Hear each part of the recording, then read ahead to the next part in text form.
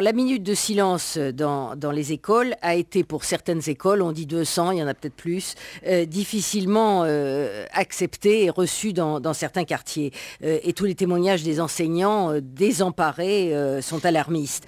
C'est ça qui vous inquiète aussi? Oui, tout à fait, parce que là, il s'agit d'enfants qui sont complètement manipulés. Pas seulement en France, hein, dans beaucoup de pays, on entend exactement les mêmes mots. Je rentre de ce beau pays du Maroc qui est très francophile et qui est un magnifique pays, et j'ai entendu pourquoi est-ce que les Juifs commettent toujours des génocides. Donc je l'ai entendu au Congo, je l'ai entendu au Maroc, je l'ai entendu en France. Donc c'est une rumeur qui est incroyable, comme toutes les rumeurs, qui est en train de se répandre. Probablement, je pense que c'est intentionnel. Mais qu'est-ce qu'il faut faire? Parce que au-delà de toutes les paroles, il va falloir réinjecter de la culture et de l'idée de républicaine dans des quartiers, dans des écoles où, finalement la République n'a presque plus cours, enfin en tout cas ne représente plus grand-chose. Comment est-ce qu'on fait ça? Alors, il n'y a pas longtemps encore, les enfants étaient façonnés par les récits familiaux et les récits culturels. Et maintenant, les parents sont distants, Internet participe au façonnement de l'esprit de ces enfants, fournit des informations que ne fournissent pas toujours les parents. Il y a beaucoup de jeunes djihadistes ou qui s'apprêtent à le devenir, qui sont soumis à Internet, qui ne croient plus leurs parents. Oui, mais ça, Boris Cyrulnik, c'est un constat. Mais à votre avis, comment on peut faire?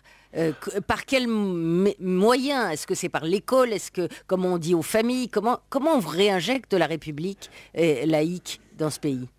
Par la culture populaire.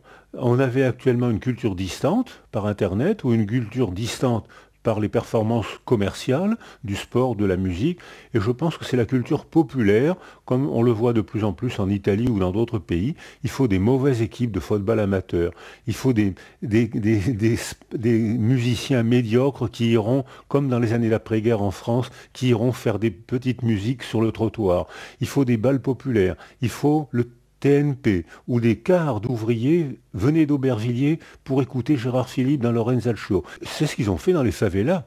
Dans les favelas du Brésil où j'ai travaillé, beaucoup de favelas, São Paulo, de Fortaleza, quand ils introduisaient la police et l'armée, aggravaient la violence. Parce que les garçons surtout, les filles et surtout les garçons, étaient fiers d'affronter la police et l'armée. Maintenant, ils introduisent les danseurs, les footballeurs et les guitaristes. Vous connaissez un petit garçon capable de résister à un footballeur? Vous connaissez une fille capable de résister à un guitariste? C'est-à-dire que ils introduisent d'abord la culture. Et là, on parle, on s'explique, et on a des rencontres au corps à corps, et non pas à une représentation coupée de la réalité sensible. C'est ce qui se passe dans les rumeurs. On se soumet à une représentation qui n'a plus rien à voir avec la réalité.